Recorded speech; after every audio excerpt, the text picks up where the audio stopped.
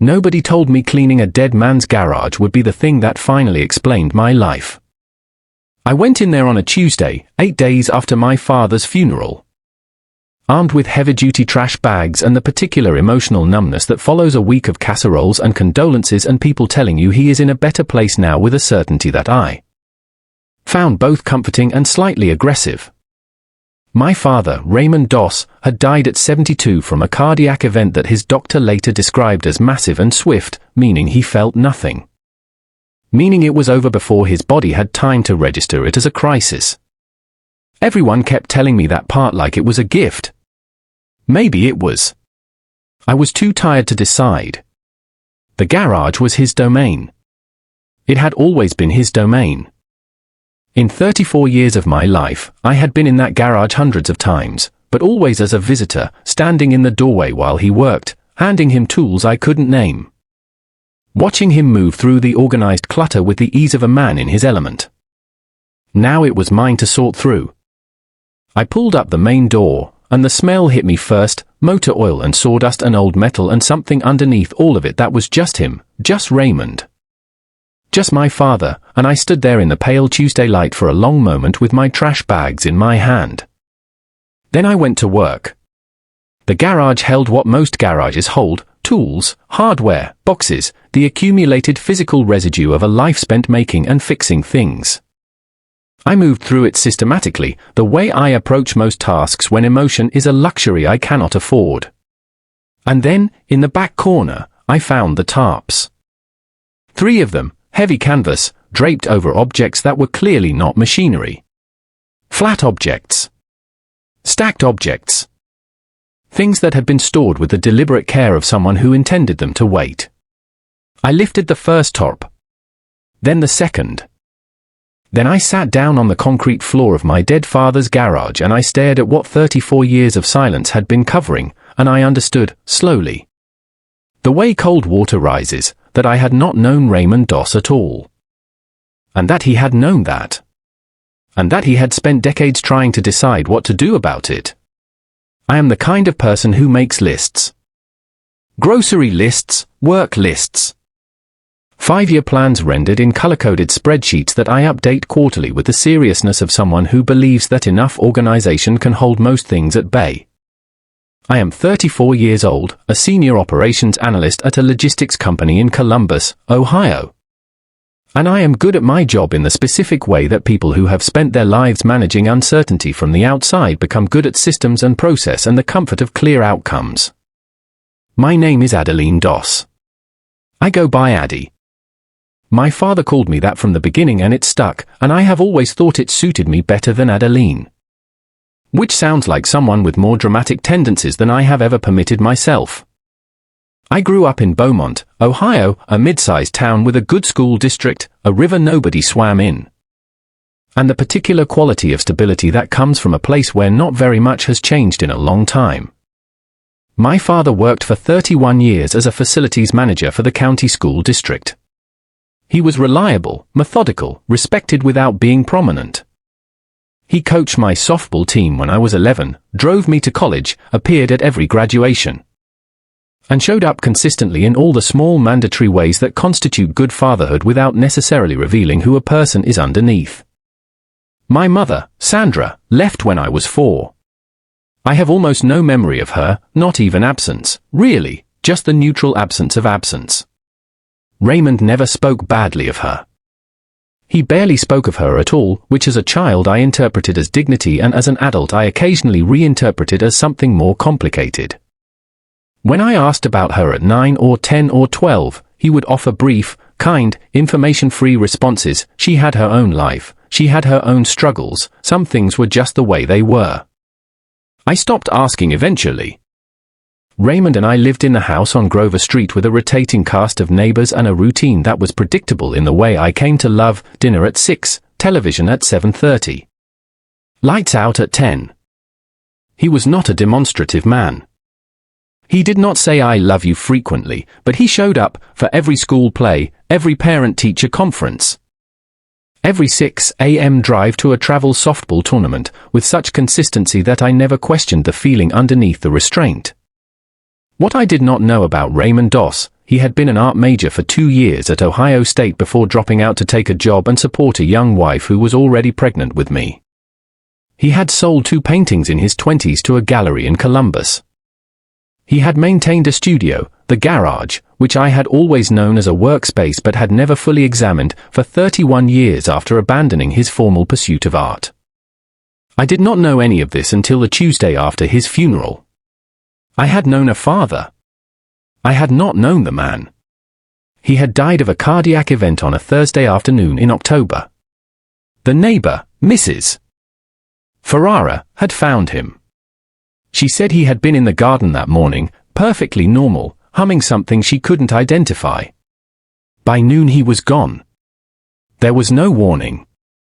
No long illness to prepare around, no gradual withdrawal to interpret in advance. Just the call from Mrs. Ferrara, and then the machinery of death, the hospital, the funeral home, the paperwork, the people with casseroles, and then 8 days later, me, standing in the garage doorway with my trash bags, preparing to sort through what was left. I did not know, standing there, that I was about to sort through something that had nothing to do with what I expected. I should explain the layout of the garage. The front 2/3 were exactly what they appeared to be, a well-organized working space for a man who fixed things as a matter of personal principle. Tool boards with outlines painted behind each tool. Labeled hardware drawers. A workbench with a vise and a collection of hand planes that I now know are worth considerably more than I would have guessed. The floor was clean. Everything had a place. The back third was different. A pegboard partition separated it from the working area, and behind that partition, accessible through a door I had registered as a storage closet my entire childhood, was a secondary space. Roughly 12 by 10 feet, with a skylight in the roof that I had never noticed from the outside. The skylight was clean. Kept clean. That was the first detail that registered differently once I understood what I was looking at. The tarps were arranged along the back wall. 3 of them, heavy canvas, each draped over a stack of canvases held vertically in wooden racks, the kind purpose-built for painting storage, with individual slots to prevent contact. I counted 22 canvases under the first tarp. 31 under the second. The third covered a flat table, and on that table were materials, brushes in ceramic jars, tubes of oil paint organized by color family. A wooden palette with dried paint built up in layers like geological strata. The paintings were his. I knew that before I looked closely, knew it from the organization, from the care, from the fact that this space bore the same signature of intentional maintenance as everything else Raymond touched. I lifted the first tarp and I looked. The paintings were extraordinary. I want to be careful here because I am not an art critic and I have no formal basis for that judgment. But I am also a person who looks at things carefully, and these paintings demanded a response that I did not have to manufacture. Large-scale oils, mostly landscapes but not the pretty, postcard kind, these were heavy, complicated landscapes with weather in them. With the specific quality of light that changes a field from pleasant to profound. Some were portraits, an elderly woman at a window, a boy asleep in a chair, a pair of hands around a coffee cup. Unsigned. All of them. On the flat work table, held under the corner of the palette with a piece of masking tape that had dried to brittleness, was a folded piece of paper. I unfolded it. It was not a letter, exactly. More a list, in Raymond's squared-off handwriting, 26 titles, each with a number beside it. Painting titles, clearly, March Light on the Hendricks Field, 2003. Sandra with the Yellow Cup, 1991. Addie at 4, Sleeping, 1994. I went back to the canvases and looked at them again. The boy asleep in the chair was not a boy. It was me.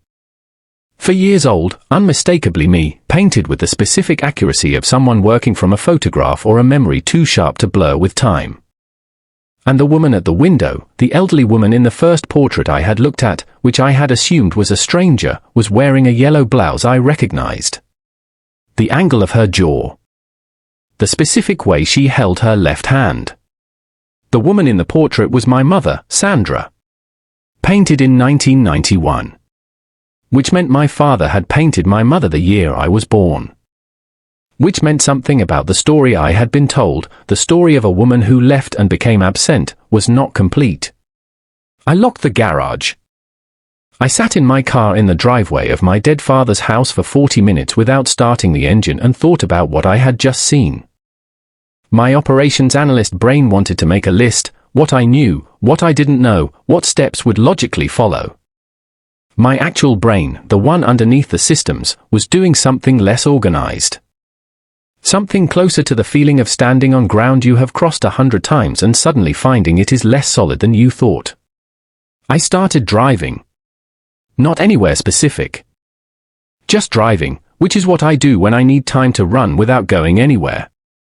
Columbus is a city that allows this, wide streets, grid logic, you can drive for 40 minutes and loop back to where you started without feeling lost. I drove and I turned the facts over in sequence. My father had been a painter. A serious, sustained, prolific painter.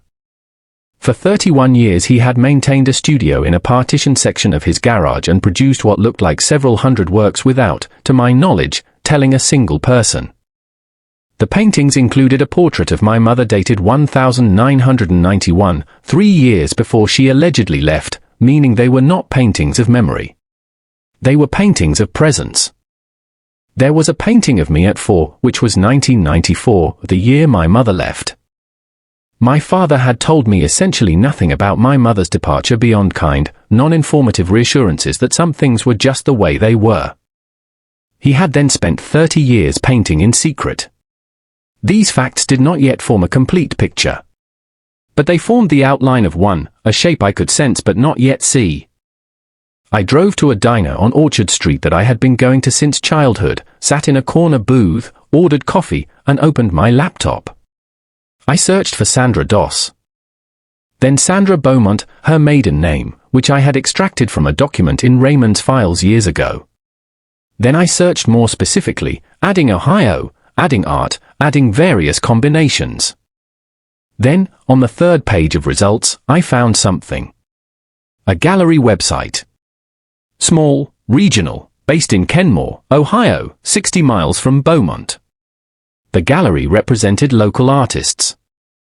The current roster included a painter named Sandra Morrow, a name I didn't recognize, whose biography noted that she had grown up in central Ohio and returned to painting in her 40s after a long absence.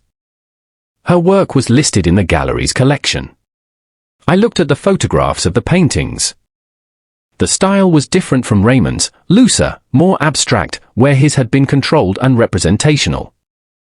But something about the color choices, about the emotional register of the landscapes, resonated against my memory of his work in a way that made my chest tighten. I found a contact email for the gallery. I wrote a very careful message.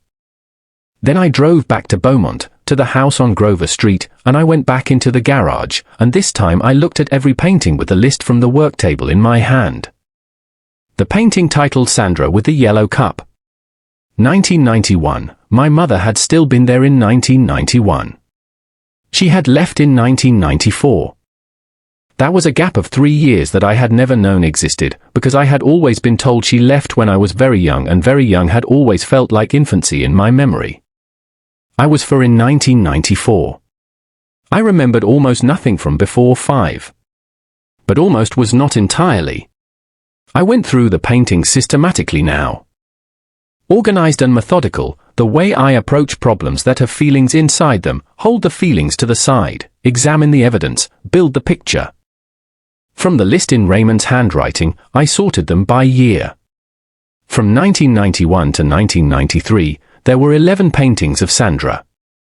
Not all portraits, some were objects associated with her, the particular shorthand of someone painting a person through what they loved. A yellow cup. A pair of reading glasses on an open book. Garden gloves on a windowsill. A winter coat on a hook. Small, intimate still lifes that were portraits in the way that knowing what someone keeps on their nightstand is a portrait. In 1993, the Sandra paintings stopped.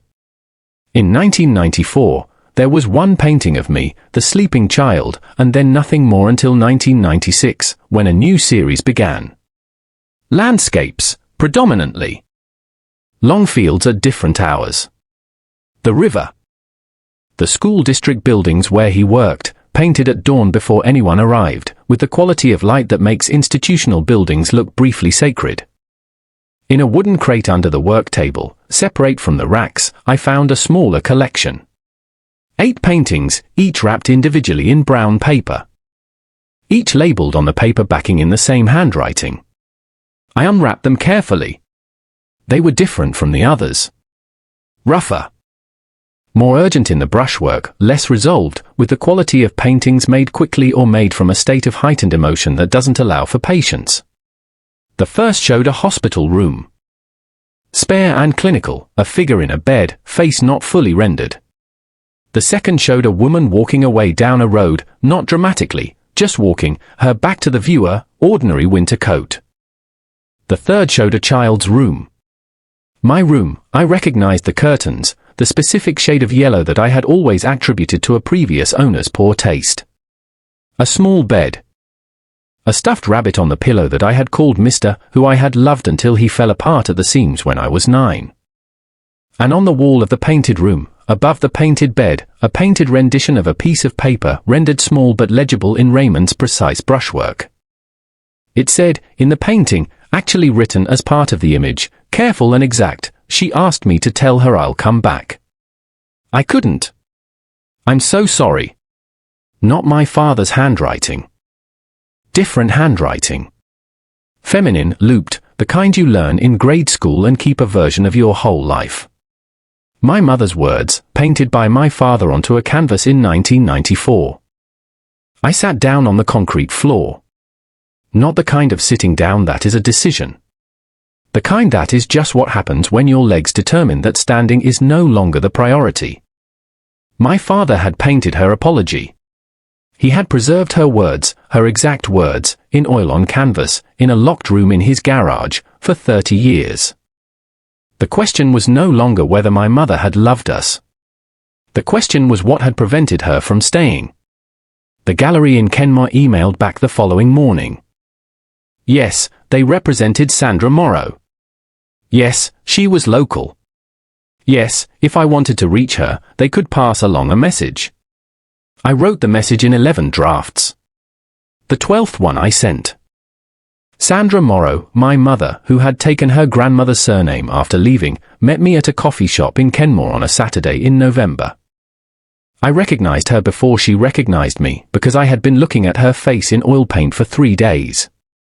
She was 60, with grey hair worn short and the specific kind of quiet that belongs to people who have spent years living with something heavy and have made a kind of peace with the weight. She sat down across from me and looked at my face for a long moment, and then she said, "You have his hands." We talked for 3 hours. Here is what she told me, in the order that I could receive it, in 1993, when I was 3 years old. Sandra had been diagnosed with early-onset bipolar disorder following a breakdown serious enough to require hospitalization. The hospitalization was where the first painting came from. Raymond had sat with her in that room and painted it from memory afterward, the way some people write in journals. He had painted everything that mattered. It was how he processed. The diagnosis had been, she said, both a relief and a demolition. A relief because it named something she had lived with unnamed for years. A demolition because the medications required to manage it effectively took 2 years to calibrate correctly, and in those 2 years she chose the word carefully, unreliable. Unpredictable. Present in body but not consistently in the way that a small child needed. Raymond and she had made a decision together. Not he decided and she left. Together. The decision was that she would leave Beaumont, live with her sister in Kenmore during the stabilization period, return when she was consistently well. 6 months, they thought. Maybe a year. Then her sister's husband was transferred. Then there were complications with her medication. Then a year became 18 months and 18 months became 2 years, and in that 2 years I had settled into a life without her, and Raymond had watched me settle, and he had called her and said. She told me this with the steadiness of someone who has processed it 10,000 times, he said. She's okay, Sandra. She's doing okay. I think maybe okay is what we have to protect now. She had agreed. She had not agreed easily. She had not agreed without cost. She had agreed because she loved me enough to prioritize my stability over her presence, because a mother who appeared and disappeared based on the unpredictable rhythms of an unmanaged illness was. They had concluded together, more damaging than a mother who was cleanly absent. She had been managing her illness successfully for 22 years. She had driven through Beaumont 6 times in those 22 years and never stopped. She had started painting again at 42. She had gone to Raymond's funeral. She had stood at the back. She had not introduced herself to me because she was not sure what she had the right to say or when she had the right to say it. She had been waiting, she said. For something, for the right moment, for me to find her, for some signal that the door was open. My father had left the garage locked. He had left me the key. He had left me the paintings. He had left me the list with every title and every year. He had not been protecting a secret. He had been preserving everything she needed me to know, in a form that could not be misread or distorted by explanation, waiting for me to find it when I was ready to look. He had carried 30 years of their shared decision alone so that I wouldn't have to carry it until I was old enough and stable enough and present enough to hold it without being destroyed by it. I looked at the woman across the table. I thought about the yellow cup. The garden gloves. Mr. the Rabbit on the painted pillow. I thought about a man who processed everything that mattered to him in oil and canvas and stored it in a locked room for 30 years because some things are too important to throw away and too complicated to explain out loud. I said, he painted you until 1993. She said, I know. He showed me once. Just once.